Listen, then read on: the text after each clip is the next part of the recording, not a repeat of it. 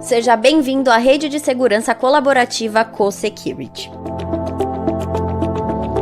A Co-Security chegou no seu bairro trazendo o conceito de colaboração e participação coletiva na segurança da região. A partir de agora, você e a sua vizinhança estão unindo forças para abraçar um projeto unificado e estratégico.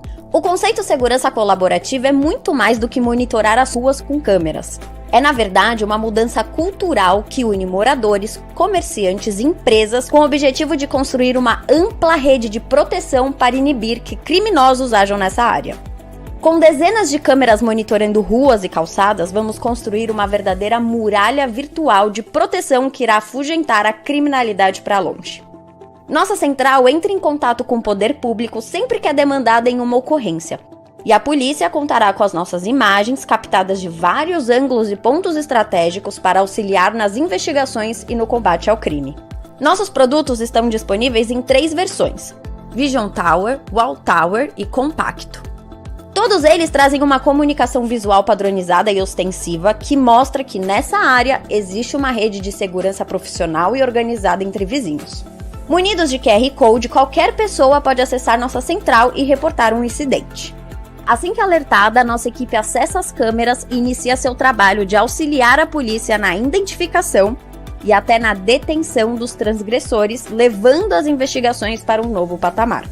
Nossas câmeras são de última geração e alta definição. Com o tempo, serão capazes de reconhecer comportamentos estranhos com o uso da inteligência artificial e até detectar possíveis infrações de forma automática. Esse é o futuro que estamos construindo hoje. Na medida que novas tecnologias surgirem, poderemos ativá-las em nossa rede de proteção e você já faz parte disso imediatamente. O aplicativo Co-Security completa o fácil acesso às imagens ao vivo e armazenadas em nuvem, mas somente por pessoas autorizadas. Seja parte da solução. Envie esse vídeo para vizinhos, amigos e comerciantes. Quanto mais pessoas abraçarem essa ideia, maior será a rede de proteção da nossa região.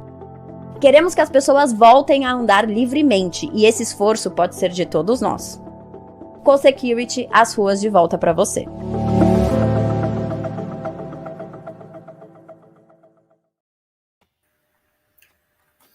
Boa noite a todos que estão nos assistindo agora, nesse momento. Este é o programa número 65 da Co-Security, patrocinado pela Co-Security, levado ao ar pela Co-Security.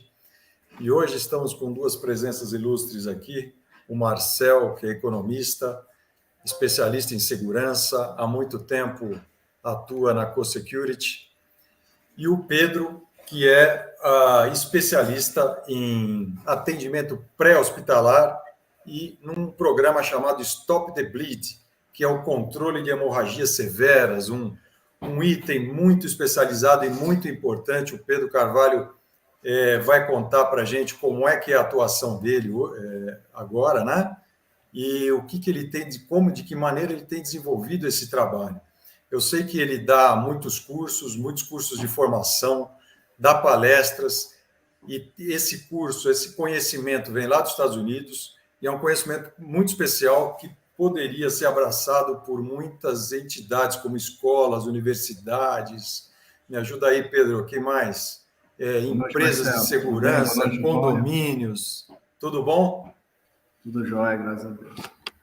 Então, Antônio, o controle de hemorragias, né, o atendimento pré-hospitalar, ele é um conhecimento, na minha humilde opinião, aí, que deve ser retransmitido para todos, né? Todos podem se deparar com uma situação onde seja preciso fazer uma intervenção, onde seja preciso ajudar alguém, né?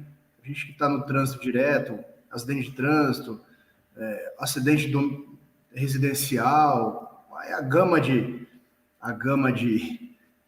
acidentes, de eventos que podem acontecer é acidente ilimitado, de trabalho, né? Um roubo, todo mundo está sujeito a ser vítima de um roubo, um assalto mal sucedido, enfim. Crime, um acidente de trânsito, que é muito comum também, né? Um acidente de uma trânsito pessoa é muito precisar estancar comum. uma hemorragia num acidente de trânsito severo, né? Queda de árvore. Também, é mais comum do que a gente imagina. Para quem tem filho pequeno, por exemplo, acidente com criança é normal, né? E aí, se você tem um conhecimento, é um conhecimento que salva vidas, né? É por isso que eu julgo importante, sabe, Antônio? Porque é um conhecimento, enfim, conhecimento tem várias aplicações, dependendo da área, mas esse, em atendimento pré-hospitalar, esse programa americano, né, Stop the Bleed, ele propicia isso, né, que você salve vidas dos outros, de familiares, de desconhecidos e até a sua própria vida, né? Então, por isso que eu julgo ele importantíssimo aí. Os primeiros socorros já é comum, já é mais popular, né? Primeiros socorros, tudo bem, o cara vai lá, consegue fazer um primeiro atendimento. Mas esse a gente está falando de um atendimento muito mais profundo, que é quando você tem uma hemorragia, você tem um acidente que pode colocar em risco a vida da pessoa, né? Exatamente. Quer dizer, que está já colocando em risco a vida da pessoa. A gente chama de... são as mortes evitáveis, né? Então, acho que se a gente levar esse conceito para a nossa vida, fica traumático, né? Você depara com uma situação, com uma morte evitável e você não conseguiu evitar, né? Um desconhecido, um familiar, um ente querido, né? Seja no ambiente de trabalho também, é algo traumático, né? Você deparar com um acidente, né? Você tem o conhecimento, mas não tem equipamento, ou você não tem o conhecimento, e depois você percebe, né? Que... poderia ter sido evitado com o procedimento certo. Exatamente. Exatamente. E, assim, quais são os maiores erros que as pessoas cometem quando se deparam com um acidente dessa gravidade que a gente está falando, que existe sangramento, que existe possibilidade de morte, né? Que existe o risco de vida iminente da pessoa? Então, Antônio, a gente tem vários problemas que a gente verifica, né? O principal problema, na verdade, é a falta de conhecimento, né? Então, é a pessoa não saber tratar com aquele assunto, não saber tratar daquele acidente, daquela lesão, né? Esse é o principal erro, né? Você deparou com uma situação e a gente... Eu vou dar uma pincelada, mostrar alguns equipamentos aqui, mas vocês vão perceber que são procedimentos muito simples de serem adotados, equipamentos não tão caros, mas perto de uma vida são irrisórios, né? Um valor muito, muito pequeno. Então, a gente alia basicamente três fatores aí para um atendimento de sucesso, né? Primeiro é você ter o conhecimento, né, no que você vai fazer, no que você tem que fazer, no tipo de lesão, no tipo de equipamento. O segundo é você ter o equipamento.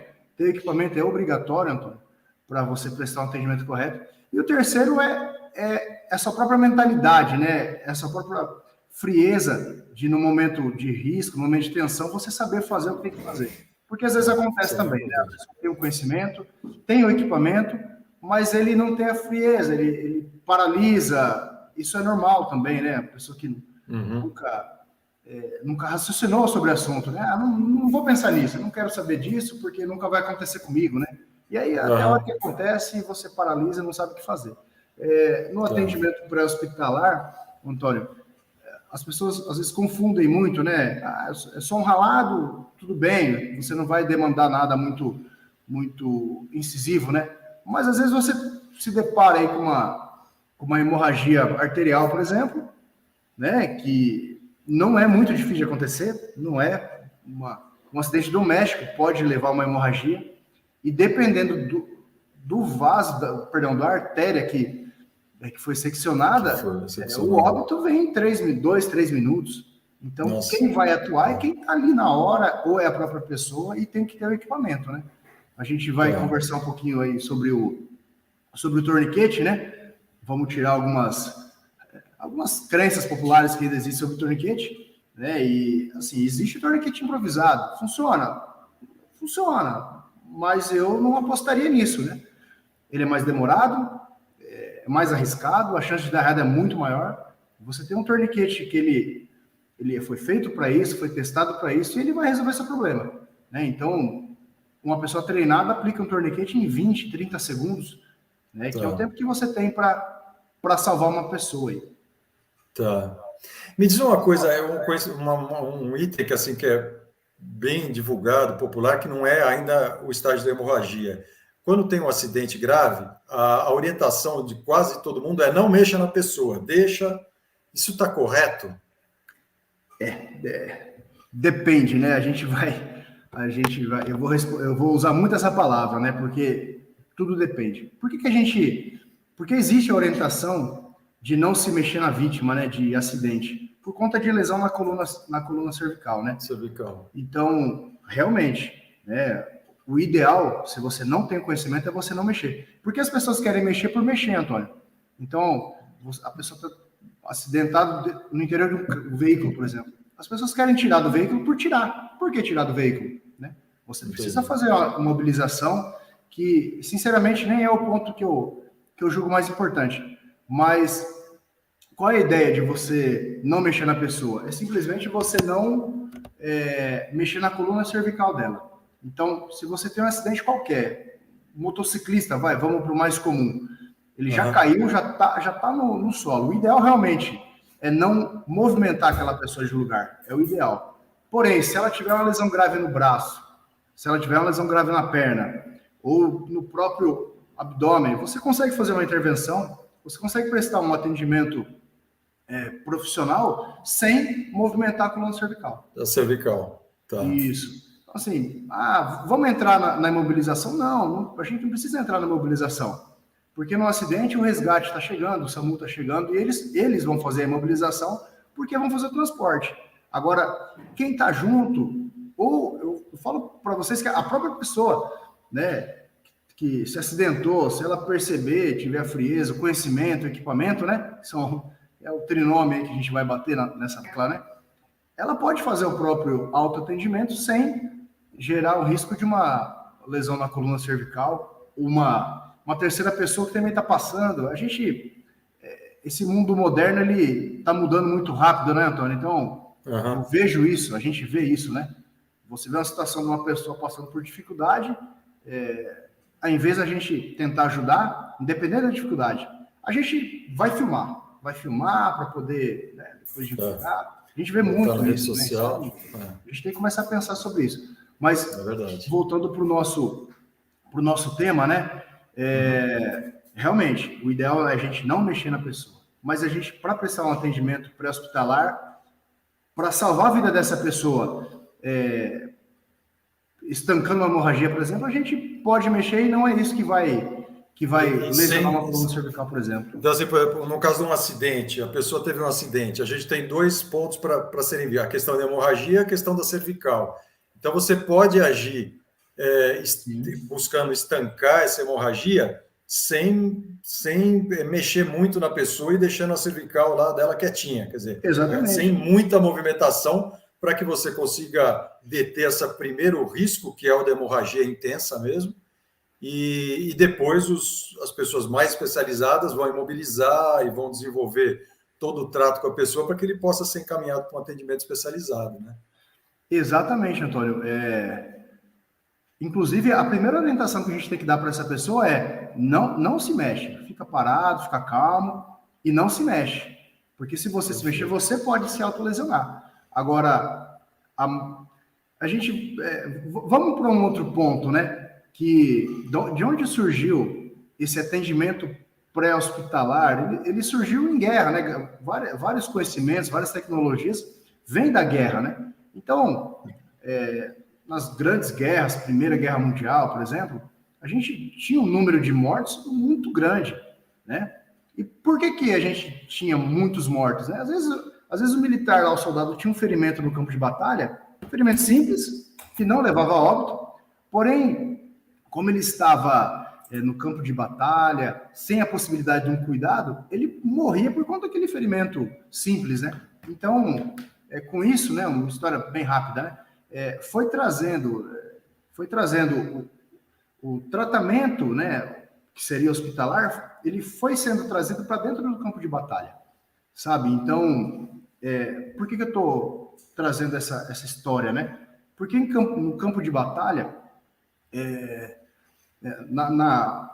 imagina que o soldado foi ferido e a ação ainda está rolando lá, uma troca de tiro, enfim, né?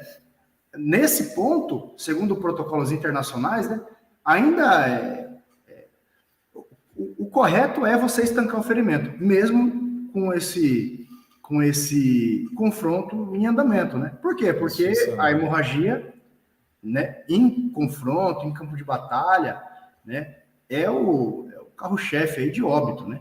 Então, a prioridade é conter hemorragia, que sai no acidente de trânsito, né? Então, acidente a gente não vai mexer, vai orientar a pessoa a ficar imóvel ali, mas conter hemorragia é muito importante, Antônio. É a diferença entre a vida e a morte aí, em muitos casos.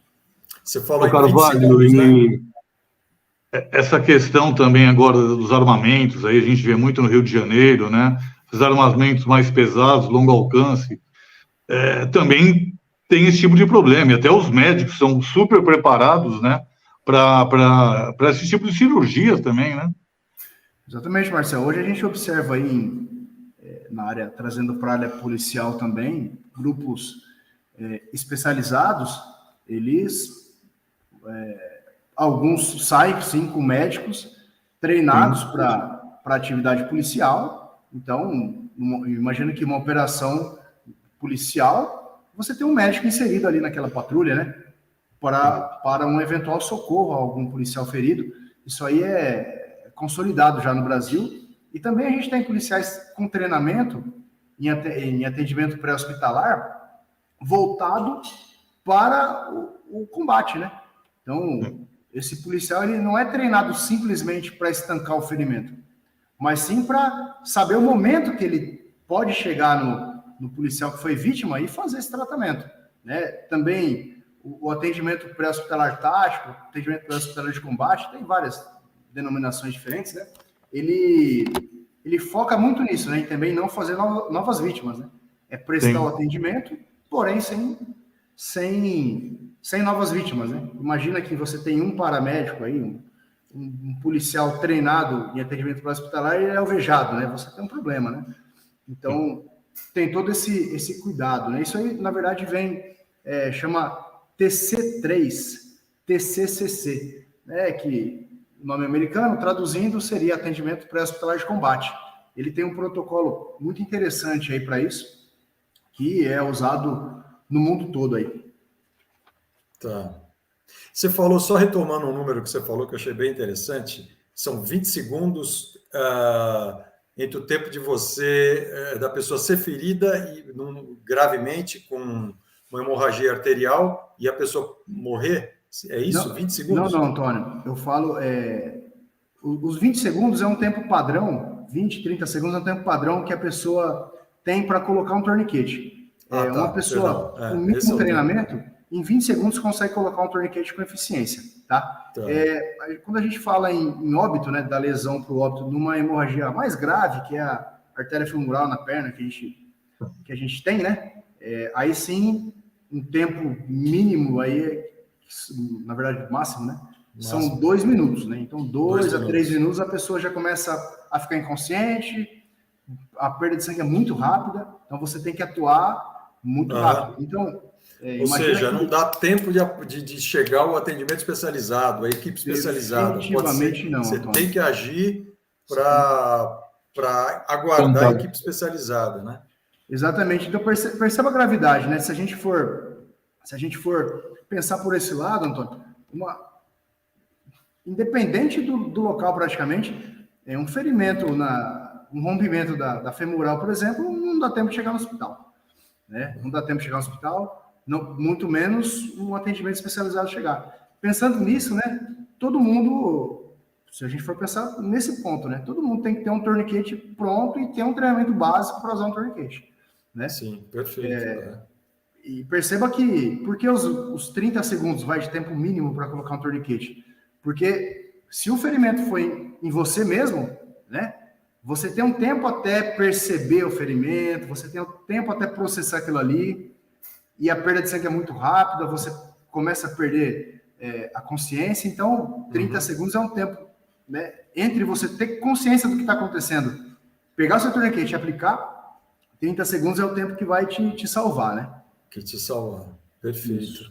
Dá um exemplo para mim, Pedro, assim, de acidente ou de uso do torniquete, um exemplo prático, assim, de coisa que você tenha vivenciado. Você consegue dar algum exemplo real? Sim. O exemplo mais prático teve, inclusive, no Paraná essa semana. Né? Um conhecido nosso aí, ele estava passando na rua. Isso é o que mais acontece, Antônio. É a pessoa que tem... Porque, assim, a partir do momento que você adquire conhecimento, você passa a fazer parte da sua vida isso aí, né? Da sua vida. Então, esse conhecido, eu tava trafegando, vinha um acidente de trânsito, uma moto, né? O motociclista, no acidente, ele perdeu parte do braço. Então, já teve uma amputação ali na hora, né?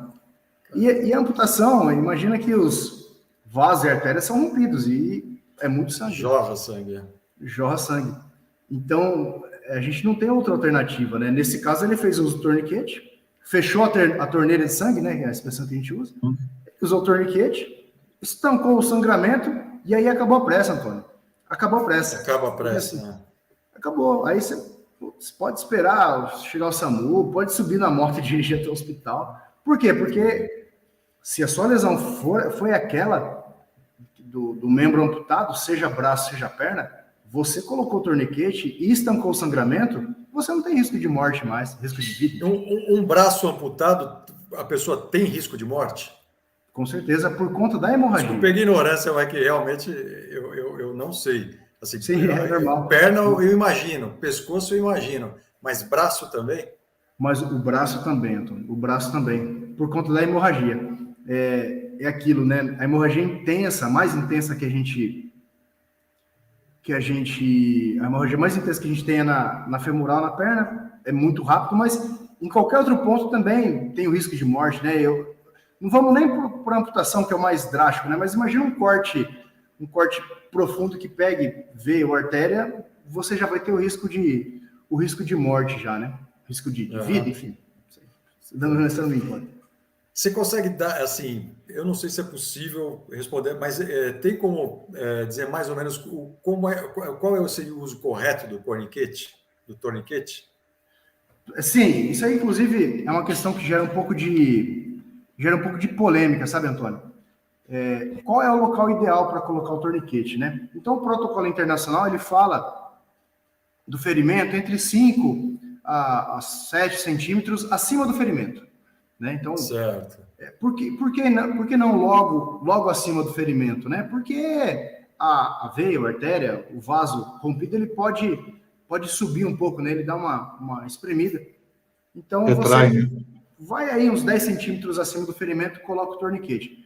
Porque qual é a ideia, né? A ideia é que o sangue, o coração, ele bombeia o sangue para as extremidades, né? Então, se aquela artéria está rompida, o sangue é bombeado e não volta, ele vai embora e a gente depende do sangue, né? Então, o torniquete, ele fecha isso, né? Agora, a gente tem um outro entendimento, Antônio, porque imagina que você tem um rompimento da artéria da perna, por exemplo, a pessoa está com calça, você não tem uma tesoura e você não sabe o ponto exato. Você não sabe o ponto exato que essa artéria foi rompida, né? Então, quando há a dúvida, qual é a orientação? É você colocar o mais alto possível. Se é na perna, o mais próximo da virilha possível. Se é no braço, o mais próximo da axila possível. Então, você sobe o máximo e aperta. Porque, independente do local, ele vai surtir efeito. É claro que a gente tem a possibilidade de uma lesão em áreas juncionais, por exemplo, né? Na axila, na virilha, aí o torniquete ele não é eficiente, né? Não é eficaz. Vai precisar de outros equipamentos aí para poder conter essa hemorragia. O Stop the Bleed, o que é exatamente? Stop the Bleed, Antônio, ele é um programa, foi criado nos Estados Unidos. A Elizabeth fez uma pergunta que daqui a pouco eu respondo, Elizabeth. Stop the Bleed, ele é um programa americano que foi criado por conta de particularidades que eles têm nos Estados Unidos. Então, por exemplo, eles têm uma iminência de atentado terrorista, né? Eles têm essa ocorrência que a gente vê em escola, de atirador ativo, agressor ativo, o número lá é muito elevado, por conta cultural, né? Isso não cabe a gente agora. Mas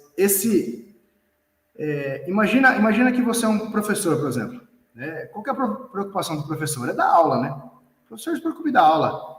Ele não se preocupa se alguém vai assaltar a escola, ele não se preocupa com um atentado terrorista, ele não se preocupa com isso, ele se preocupa em dar aula. Mas imagina que você é professor e você, a qualquer momento, você pode ter um aluno ou um ex-aluno enfim, pelo motivo que for, que vai tentar cometer um atentado contra a escola. Então, perceba que eles acabam tendo uma outra preocupação, né? Por conta disso, eles pensaram em... imagina que qual é a maior causa de óbito em um ferimento a tiro, arma de fogo, ferimento a facada? A maior causa de óbito é o sangramento, né? Então, na verdade, é do Colégio Americano de Cirurgiões, eles pensaram assim, vamos criar um programa que a gente treina pessoas comuns, né? Pessoas da área de ensino, pessoas comuns, né? Que com o mínimo de treinamento, com o mínimo de equipamento, eles conseguem estancar uma hemorragia. Então, o professor, por exemplo, está na sala de aula, enfim, infelizmente acontece um ataque, um atentado, né? E ele tem uma criança ferida, e aí o conhecimento e o equipamento dele é a diferença entre a vida e a morte daquela criança. E a vida e a morte da criança, está perfeito. Então, o Stop the Bleed é um programa que ele visa ensinar as pessoas, basicamente, a estancar a hemorragia, estancar o ferimento, né? Stop the Bleed. Então, seria uma multiplicação desse conhecimento para leigos mesmo? Exatamente. Para leigos. Porque quando a gente pensa no TC3, no APH tático, APH de combate, a gente está voltado mais para policiais, para militares, né? Agora, o Stop the Bleed não, é para pessoas comuns. Isso aí é para você ter na sua casa, caso seu filho pegue uma faca e se corte sem querer. O Stop the Bleed é para isso. Né? Nos Estados Unidos eles têm essa questão dos atentados. Aqui a gente tem a questão do trânsito, né? Os últimos dados que eu vi são 50 mil mortes por ano em acidentes de trânsito, ou alguma coisa semelhante. Não sei se estou certo nesse número. O número é muito grande. Lembrando de cabeça. Mas era um número absurdo, assim, né? E realmente faria muita diferença se as pessoas tivessem esse conhecimento, pelo menos o básico, do Stop the Bleed, né? É a diferença entre a vida e a morte, sabe, Antônio? Vamos lá, temos algumas perguntas aqui. Podemos responder, Antônio? O que você acha? Vamos lá, vamos responder, que eu acho que é bacana. Você quer passar a pergunta, Antônio? A Elizabeth pergunta, como usar corretamente o torniquete e usar um cinto de calça seria efetivo? Elizabeth, vamos lá. Vamos começar do final, né? A gente tem dois tipos de torniquete. Tem um torniquete dedicado, que é um equipamento que foi feito para isso, e a gente tem o torniquete improvisado, tá? O torniquete improvisado funciona mais ou menos, a chance de dar errado é muito grande, né? Você precisa de uma faixa de um tamanho específico, você precisa de um objeto duro, enfim. E qual que é o problema do torniquete improvisado? Além do fato dele não ser tão eficiente, mas ele é demorado. Então, imagina que você tem uma lesão grave, você tem um sangramento, algo difícil de você lidar, e você tem pouco tempo para isso, e você ainda tem que improvisar, sabe? Então, o que a gente recomenda?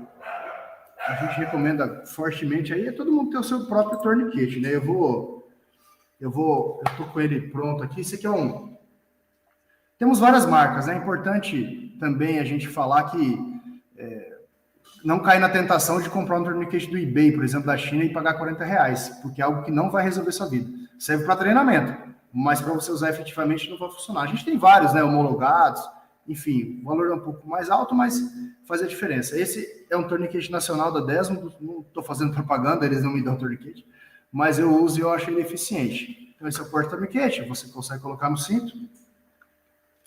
Ele é muito fácil de você retirar desse porta-torniquete. Então, Elizabeth, eu vou até afastar um pouquinho mais para mostrar, né? O que é o torniquete? É uma haste com uma fita e velcro. Então, basicamente, você vai passar por aqui, coloca o seu membro aqui dentro. E essa haste aqui, você vai girar. Vai girar até quando? Eu não vou girar, senão eu vou estragar o meu. Você vai girar até parar o sangramento. Gira, gira, gira, gira. A hora que parar o sangramento, você termina de colocar. E temos aqui a hora. Para quê? Para você marcar o horário que você colocou esse torniquete. Tudo bem? Essa hora é importante para o médico que vai atender essa pessoa depois, né? E respondendo, né? O cinto da calça não é eficiente, Elizabeth. Por quê? Porque ele é muito duro. perceba que essa fita aqui, ela é maleável, né? Ela precisa ter uma resistência, né? Esse é o problema do torniquete chinês. A resistência dele é muito fraca. Essa parte plástica precisa ter uma resistência muito boa. Então, e essa fivela plástica também precisa ser bastante resistente. O problema do torniquete chinês também é essa parte aqui, ó. Ela é muito má qualidade, né? Mal feito. Então, não suporta toda a pressão necessária para estancar o ferimento. Tem mais perguntas?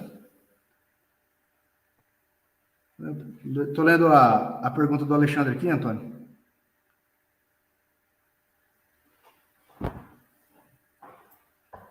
Exatamente, Alexandre.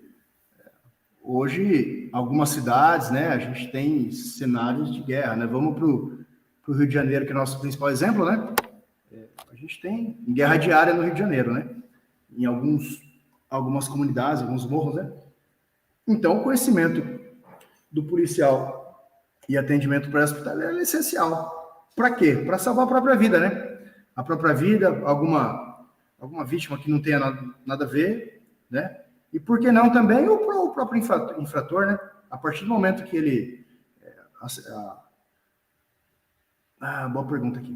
A partir do momento que ele é alvejado, você tem que prestar socorro a ele e conduzir ele para o hospital, né? Então... Escola Superior de Segurança pergunta se é possível usar o mesmo torniquete mais de uma vez. Excelente pergunta. Eu, inclusive, não apertei o meu porque não, né? O torniquete é um material descartável. Na prática, o que é o ideal, né? O ideal é você ter 2 torniquetes. Um de uma marca reconhecida, homologado, para o seu uso pessoal, e um que pode ser o chinês, que é para você treinar em você mesmo, né? Por quê? Porque o torniquete, imagina, Elizabeth, o torniquete, ele é descartável, né? Você usou uma vez, não se deve usar novamente, né? Porque ele afrouxa, enfim. É apenas um uso. Perfeito. Atendimento pré-hospitalar é diferente desse programa Stop the Bleed, né? São coisas diferentes, né? São estágios diferentes de um atendimento de um acidente, né, Pedro? Vamos dizer, Antônio, que o atendimento pré-hospitalar ele é algo mais completo. Por que ele é mais completo? Porque o Stop the Bleed ele tem um foco apenas, né? Que é dar conta da principal causa de morte, que é o sangramento, que é a hemorragia. Só isso, né? O atendimento pré-hospitalar ele vai entrar numa gama um pouco maior. E aí o atendimento pré-hospitalar ele pode ter várias vertentes, né? Então você tem o atendimento pré-hospitalar, vamos chamar de APH, de um resgatista, de um bombeiro que vai lidar com um acidente, por exemplo. Então ele vai pensar no colar cervical, ele vai pensar na maca, enfim, né? Agora vamos pensar no APH de combate, né? O APH dos policiais do Rio de Janeiro, por exemplo. Eles não vão ter que lidar com lesão na coluna cervical, sabe, Antônio? Eles vão ter que lidar com ferimento, com orifício de arma de fogo, né? Então, esse APH tático, ele é voltado também para a parte de controle de hemorragia, mas também é voltado para controle de via aérea. Imagina que você tem uma lesão no tórax, né? Pode gerar um pneumotórax. E aí, como que você trata um pneumotórax, né? Você tem equipamento para isso, né? Existe equipamento próprio para lidar com pneumotórax, né? Uma pessoa que perde sangue pode ter hipotermia, por exemplo. Hipotermia, a partir do momento que a pessoa está com hipotermia, é difícil você reverter, né? É possível, mas é difícil. Então, você tem que prevenir a hipotermia. Então, você tem equipamento para isso, né? Eu trouxe mais alguns aqui. Esse aqui, Antônio, é o meu kit individual, né? Ele, além do tourniquet, que eu uso em um ponto, esse é o meu kit individual, e aí a gente tem outros equipamentos aqui, né? Então, por exemplo, essa aqui é uma manta de alumínio, né? Ela previne a hipotermia, né? A pessoa está deitada com ferimento, enfim, você coloca embaixo e em cima, você previne a hipotermia. Isso é muito interessante, é muito importante a gente pensar na prevenção da hipotermia, né? É o último estágio aí do nosso atendimento, né? Mas é algo que a gente deve considerar. Eu não vou abrir, mas isso aqui é um selo de tórax, né? É um selo tórax, são todos equipamentos médicos, né? Não dá para comprar na esquina, nem do eBay, mas é acessível para qualquer pessoa. Então, e aí a gente já vai para a segunda causa maior de óbito em confronto, né? Tá. Que é o pneumotórax, né? O que é o pneumotórax? Você tem uma lesão no tórax, e aí o ar ele entra entre a parede do tórax e a caixa torácica e o pulmão, desloca o pulmão, você não consegue respirar direito, né? O que esse equipamento faz, né? Esse equipamento ele substitui o famoso curativo de 3 pontos, né? Que todo mundo já ouviu falar, né? Então ele vai vedar o ferimento, tem uma válvula, e essa válvula vai permitir que aquele ar que entrou na hora do ferimento ele saia também, né? Qual que é o improviso disso aí, Antônio? É o curativo de 3 pontos, né? Que você pega um pedaço de plástico, veda ele em 4 locais e deixa um aberto. Para quê? Para fazer a mesma função da válvula, o ar sair e não retornar. Claro que é o mesmo problema do torniquete improvisado, né? Porque o curativo de 3 pontos, eu vou fazer com uma fita crepe. Tudo bem. Aí a pessoa está suada, a pessoa está molhada, tem sangue ali, a fita crepe não vai colar. Não vai colar. Não vai. Você teria que usar aí um silver tape, né? Mas aí para você se preparar então um silver tape, é melhor você comprar equipamento que vai funcionar bem mais, de uma forma bem mais rápida, né? E bem mais. Agora, Pedro, esse já é um equipamento que só o especialista vai poder usar? Uma pessoa treinada?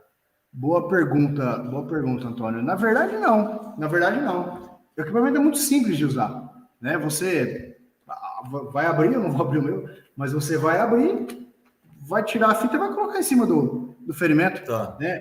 Quando que você vai usar esse curativo, esse selo torácico valvulado, né? Que a gente chama. Quando o ferimento for do umbigo até a região do externo aqui, do pescoço até o umbigo, você pode colocar esse curativo que ele vai prevenir o pneumotórax, né? Tá. Excelente pergunta aí da escola aí. Escola superior. Cada combatente deve levar seu kit individual ou contar com o kit de um colega? Olha só, o que é o ideal? O ideal é que cada um tenha o seu, né? Então, por exemplo, imagina que eu vou prestar o socorro para um combatente ferido, né? Eu vou usar qual equipamento nele? Eu vou usar o equipamento dele. E, na verdade, o ideal mesmo é que ele próprio faça o seu autocuidado, né? Então, que ele próprio coloque o torniquete ou outro equipamento, né? Mas, às vezes, ele ou não está em condição, ou a situação psicológica não permite, né? A gente sentado aqui, conversando, é muito fácil imaginar, né? Foi ferido, pega o torniquete, coloca. Na prática, não é assim que funciona, né? Não é filme, né? A gente não vive em filme, né? Então, as pessoas travam, né? É normal. A gente qualquer um pode travar. O cara é super treinado, ele pode travar. Todo mundo pode travar, né? Então, numa situação de estresse extrema, é totalmente diferente de uma sala de aula ou de um bate-papo. Né? Exatamente. Um treinamento pode chegar próximo à realidade, né? Mas nunca vai ser igual, né? Então, o ideal é cada um ter o seu próprio equipamento. Esse meu kit, que eu comecei a mostrar, ele é um kit básico, é um kit, a gente pode chamar até de kit individual aí. Claro que dá para trabalhar bastante com ele, mas ele é um kit individual, né? Claro que se eu tiver uma outra pessoa ferida, eu vou fazer uso dele, ele serve para isso, né? Agora, o ideal é sempre usar o equipamento do próximo, né? E o Fernando aqui tem uma pergunta também interessante, que é quais as complicações do uso do torniquete errado? O uso errado do torniquete, né? Excelente pergunta aí do Fernando. Por quê? Porque esqueci o nome agora, mas tem um senso comum, né? De que torniquete, ainda hoje, Antônio, a gente vê pessoas falando assim, não, torniquete é em último caso, porque gera amputação do membro, né? Então, acho que é isso que o Fernando está perguntando, né? Eu falo para você assim, Fernando, uso errado, né? O que seria uso errado? Seria uso muito próximo do ferimento, ou uso em cima do ferimento? Então, basicamente, você não vai estancar a hemorragia. Mas eu acho que a sua pergunta não foi essa. Para que serve o torniquete? Quando a gente vai usar o torniquete, né? A gente vai usar quando você tiver uma hemorragia intensa. você está perdendo muito sangue. Ah, não, você simplesmente tem um corte no braço aí, um corte no braço, um ralado, não está sangrando. Não precisa de torniquete, né? E se eu colocar o torniquete? Qual o problema? Nenhum problema, tá? Inclusive, nos nossos treinamentos aí, a gente faz uso do torniquete. A gente tem torniquete específico para o treinamento, né? Nunca vai ser usado numa ação real. Ele é específico para o treinamento. Então, a gente coloca em si... Eu cansei de colocar torniquete em mim mesmo. Os alunos têm que colocar em si próprio, né? Para primeiro saber, saber colocar, saber na prática, né? Você vê um vídeo não é a mesma coisa que fazer, né? E saber que, assim, o torniquete, ele dói, né? Você colocar, você tá apertando até não descer sangue mais, algo que dói, tá? Uma margem segura aí, Fernando, de torniquete colocado, margem segura, tá? É de 2 horas. Então, você colocou o torniquete, no braço, por exemplo, o seu braço não está sendo irrigado, cara. Você tá sem sangue circulando no seu braço. Você pode ficar com esse torniquete aí por até 2 horas, sem risco algum. Por até 2 horas, sem risco. De lesão, de amputação, de nada, tá? Perfeito. Tem uma pesquisa da guerra do Iraque, ele mostra aproximadamente, aí 300 militares que tiveram o torniquete aplicado, mais de 400 torniquetes, né? Como tem mais torniquete do que militar? Porque em alguns deles, torniquetes em mais de um membro, né? Imagina, um tiro na perna, um tiro no braço, um torniquete na perna e no braço, né? Desses 300 aí, uma minoria teve somente uma paralisia transitória de membro por conta da demora do socorro, né? Mas assim, num ambiente urbano, excelente pergunta, num ambiente urbano aí, que você vai chegar rápido no hospital, você não tem risco nenhum aí, tá? Tá. Uma nova pergunta aqui, que existem áreas críticas do corpo onde é praticamente impossível parar o sangramento? Boa pergunta. Ótima pergunta, na verdade. A gente tem algumas áreas do corpo que a gente não consegue usar o torniquete, por exemplo, né? Onde a gente usa o torniquete? A gente usa nos membros, né? Braços e pernas, tá? Um ferimento na virilha, um ferimento na axila, você não consegue usar o torniquete. Você usa outros equipamentos. Deixa eu pegar.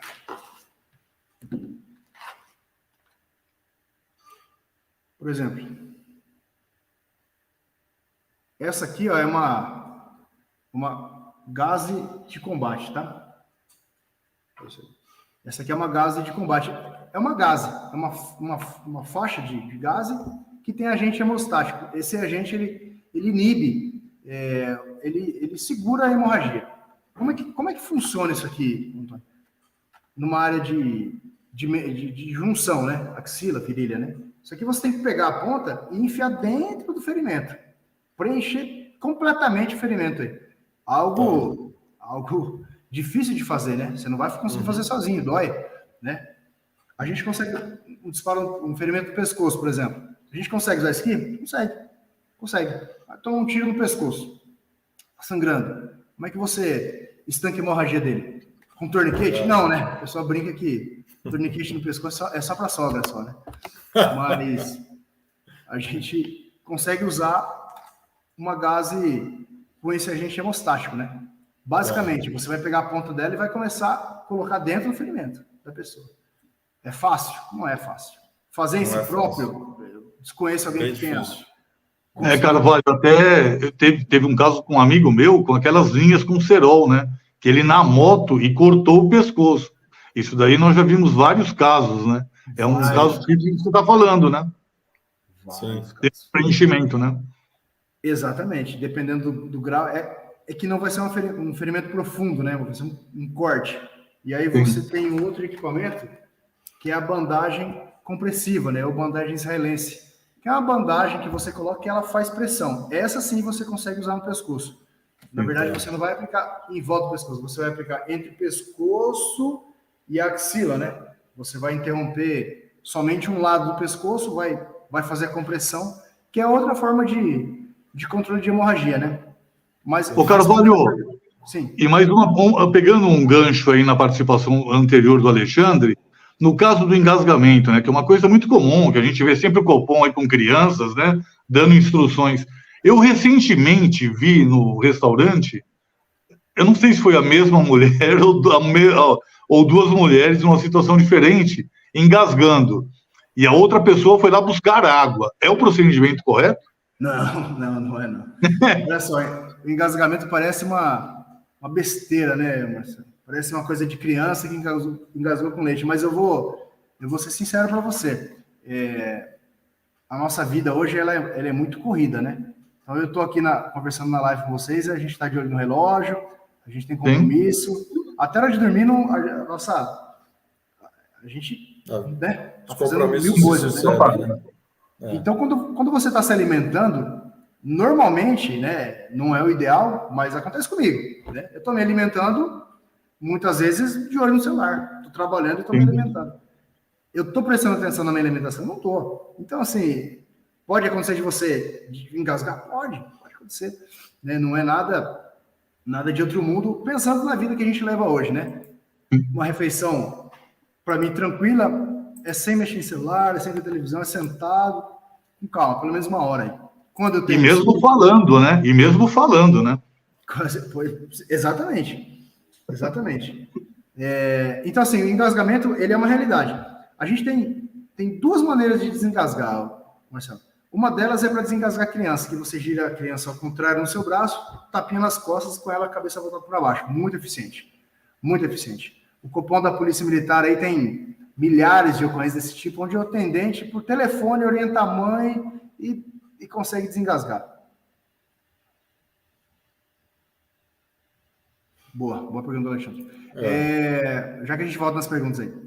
Agora sim, produto não. Produto a gente tem uma outra manobra, né, que você vem por trás. É difícil explicar aqui, mas basicamente você vem por trás, segura a mão e puxa, né? E aí o corpo ele é expelido, né? Sim. Marcelo, é outra coisa muito importante. As pessoas têm que ter conhecimento de desengasgar, né? Uma criança. Imagina que sensação difícil, né? Você tá na rua, uma criança engasgada, é um negócio, é uma situação muito difícil. A criança está ficando roxa, você vê que a criança está morrendo. Uma criança de meses, de 1 ano, e aí você não tem conhecimento básico, muito simples. Vira a criança embaixo do braço, dá um tapinha nas costas lá, vai desengasgar. 100% de chance de ter sucesso, né? Salvar. A gente chama de salvar. A gente chama isso aí de morte evitável. É uma morte que poderia e deveria ter sido evitada. Mas, por conta de falta de conhecimento, falta de equipamento, às vezes não é, né? Imagina você asfixiado. Dá tempo de chegar no hospital? Difícil, né? Você acha que, Pedro, esses equipamentos deveriam ser obrigatórios no carro, por exemplo? Eu não sei se você se recorda, acho que todo mundo aqui é mais velho do que eu, né? Mas há algum tempo atrás era obrigatório um kit. Lembra isso aí? Uma caixinha assim? Kit de primeiros socorros, Kit de primeiros socorros, né? Eu não me recordo o que tinha lá dentro. Eu era guria, né, pivete. Mas, Antônio, a obrigação é complicada, porque são equipamentos caros, nem todo mundo tem acesso, né? E assim, só equipamento não adianta. Você tem que ter equipamento, você tem que saber usar esse equipamento e você tem que ter internalizado, né? Não, eu tô aqui, se eu tiver um acidente e eu tiver um sangramento, o que eu vou fazer? Eu vou ligar, eu vou gritar? Não, eu vou pegar meu torniquete e vou colocar ou em mim ou em quem esteja com essa hemorragia. Então, são muitos fatores. Agora, assim, Antônio, a gente entra em algumas questões polêmicas, né? Uma escola, por exemplo, deveria ter um kit desse? Algumas pessoas com conhecimento, eu sou suspeito, mas eu acredito que sim, e eu consigo fundamentar isso muito fácil, né? Alguns órgãos, SAMU, por exemplo, muitas vezes eles não têm o torniquete, eles não têm um torniquete, que é algo básico. É algo básico. Então, assim, para todo motorista não, mas alguns órgãos deveriam ter essa responsabilidade aí de ter um kit básico aí de atendimento pré-hospitalar. Um outro ponto importante é a luva, né? Luva cirúrgica, né? Hoje a gente... há o risco de contaminação, sangue, a gente sempre tem um machucado na mão, né? Então, enfim, vai usar qualquer coisa desse aqui em outra pessoa, a caixa de luva é muito barata, né? Então, no kit ali tem que ter uma luvinha também, ajuda bastante. Ajuda bastante, tá. Tinham algumas perguntas aí, agora sumiram da tela. Faz parte do kit algum anestésico local ou geral para que a vítima possa suportar melhor a dor dos ferimentos? Boa pergunta. Vamos lá. O atendimento pré-hospitalar tem algumas limitações, né? Porque a gente está falando aqui, a gente não está falando de médico num ambiente dentro do hospital. Não, a gente está falando de pessoas comuns, né? Que não estudaram para isso, né? Então, legalmente, né? Somente médico pode fazer procedimento invasivo, né? Então, tem uma outra técnica, né? Que é usar agulha de descompressão. Você tem um pneumotórax, por exemplo, um disparo na região torácica, o ferimento à faca. Uma técnica, né, que existe é você usar aquela agulha de descompressão, tem alguns filmes que mostram, e você coloca a agulha no peito da pessoa ali. Parece um absurdo, mas não é nem um bicho de 7 cabeças. Você tem até uma guia, né, que você coloca e ela mostra o local correto de colocar a agulha, gira a válvula lá, tá tudo certo. Muito simples de usar. Pode ser usado no peito, pode ser usado na lateral, embaixo da axila. Mas quem pode fazer isso aí? Legalmente, somente médico, tá? A parte anestésica também, somente médico anestesista, né? Então, nem conta com isso, né? Normalmente você vai precisar de uma pessoa para aplicar aí os equipamentos e outra para segurar, porque a dor vai ser grande, né? Claro que tem antibiótico e tal, algumas pessoas têm no kit, né? Um ferimento, então já dá um antibiótico ali na hora, um anti-inflamatório, enfim, isso aí é válido. Agora anestésico não. Aqui o Alexandre está dizendo que num curso que fiz antes da pandemia, me ensinaram que o torniquete pode ser usado, mas tem ressalvas, devido a complicações da má utilização e o tempo de uso. Ótima pergunta. Alexandre, vamos lá. O Stop the Bleed, ele conta basicamente com três formas de você estancar um ferimento. Por pressão, preenchimento e o torniquete. Para esse programa, o torniquete é a última opção. Tá? Por quê? Porque a pressão, ela funciona legal. O preenchimento, que a gente falou da gase com agente hemostático, mas pode ser uma gase comum. A minha nem está aqui porque eu uso com agente hemostático. Mas uma gase comum, você preencheu e fez a pressão, funciona bem também. Agora sim, você tentou essas duas maneiras, não funcionou, você vai para o torniquete. Tá? Agora, no APH tático, eu já acho que o ideal é você ir para o torniquete primeiro. Por quê? Porque ele é mais rápido e ele é mais eficiente. Tudo bem? Agora, respondendo a sua pergunta, né? Tem ressalvas? Qual a ressalva? Não tem como você aplicar o torniquete errado, né? A maneira de aplicar o torniquete errado é a maneira, por exemplo, não apertar o suficiente a ponto de continuar sangrando. Não adianta nada, né? Agora, tempo excessivo. Realmente, o tempo excessivo pode ser prejudicial. A margem de segurança que a gente deu para o torniquete aplicado, 2 horas, tá? 2 horas você não tem risco praticamente zero aí de risco praticamente não, risco zero de lesão. A gente vai falar em paralisia do membro, enfim, se você tiver um torniquete aí acima de 4 horas aplicado, tudo bem? Agora, a gente vai... Então, perceba que antigamente a gente pensava, não, colocou o torniquete vai ter que amputar o membro, né? Isso aí... Talvez já tenha sido assim, hoje isso não ocorre mais. Por quê? Por conta da evolução médica, né? Você vai chegar no hospital, o paciente com torniquete, o médico sabe o que fazer, sabe tirar, sabe dar o medicamento necessário para não amputar o membro. Então, hoje, quando você vai ter um risco de amputação acima de 4 horas, claro que, né? Aí vamos... Se é assim, não, colocou o torniquete, vai amputar o membro, você tem que ter critério, que é o entendimento antigo, né? Hoje não, hoje você tem que ter critério também. Mas você sabe que você não vai perder o membro, porque você vai socorrer a pessoa em até 2 horas, né? Agora com relação à aplicação errada, enfim, não tem a chance de você amputar o membro, né? Então, na sua pergunta aí, Alexandre, eu acho que esse é o entendimento antigo, né? Hoje não, hoje a gente... acha que está com uma hemorragia, mexe o torniquete lá e está tudo certo.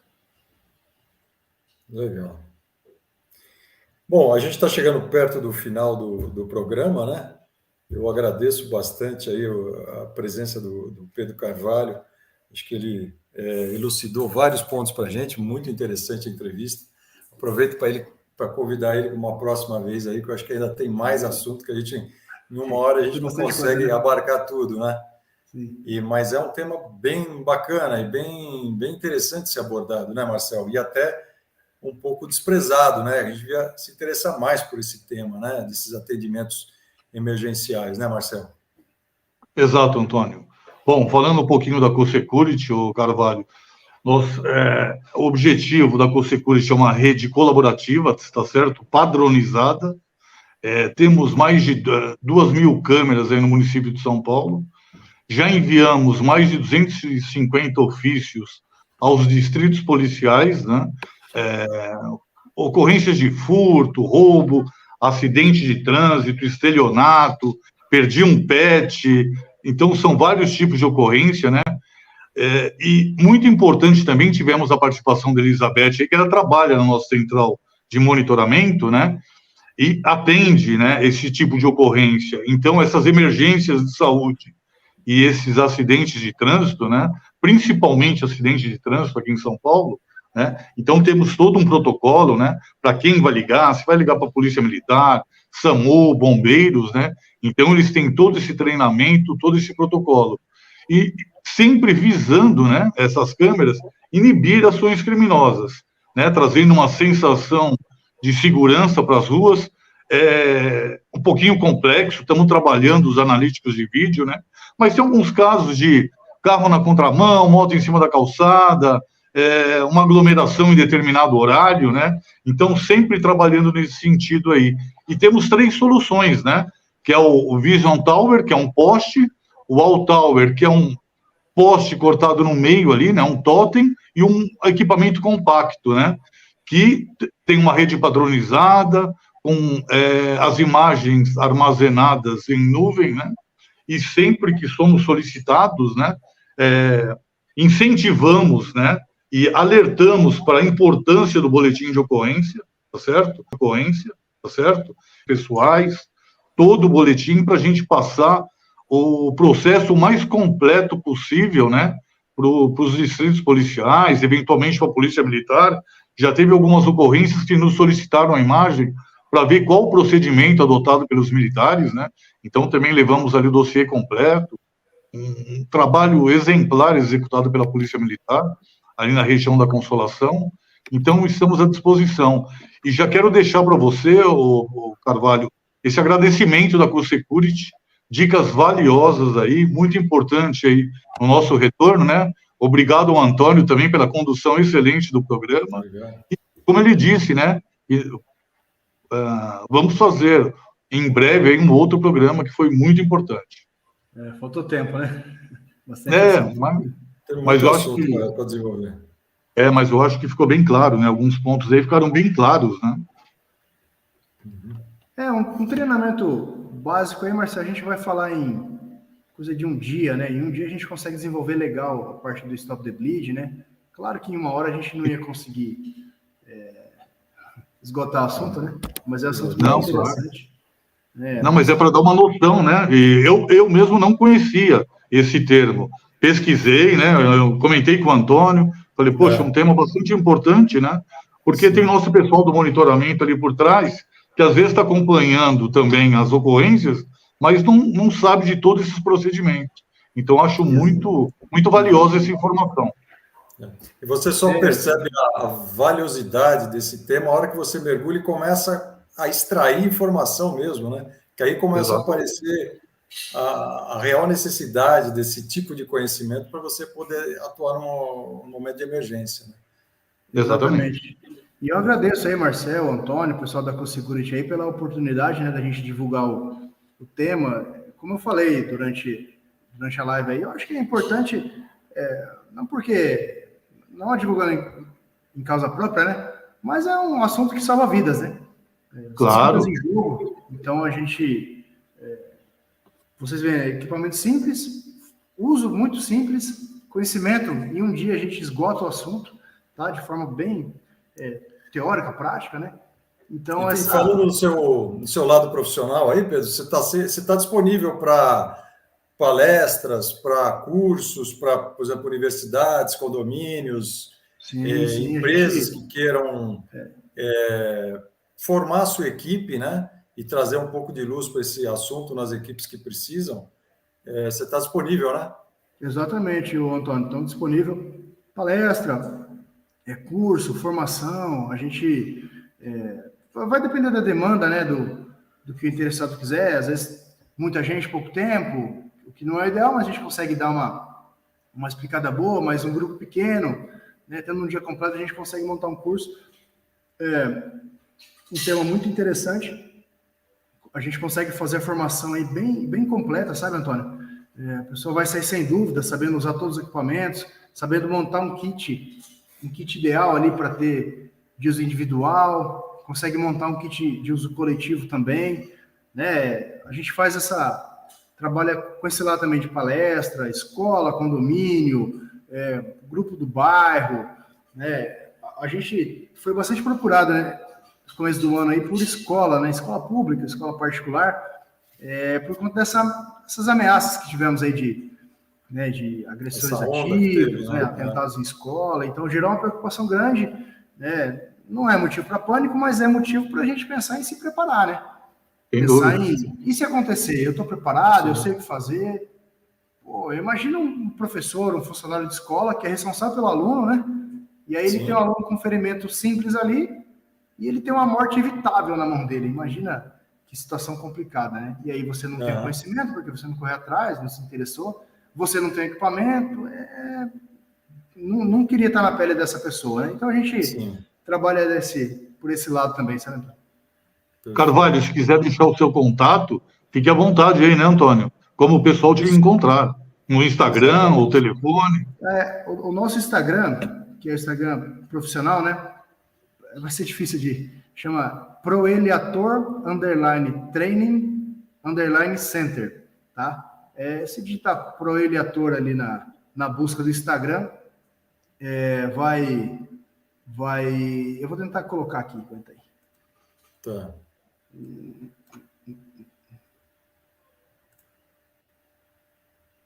Vou tentar colocar aqui nos comentários.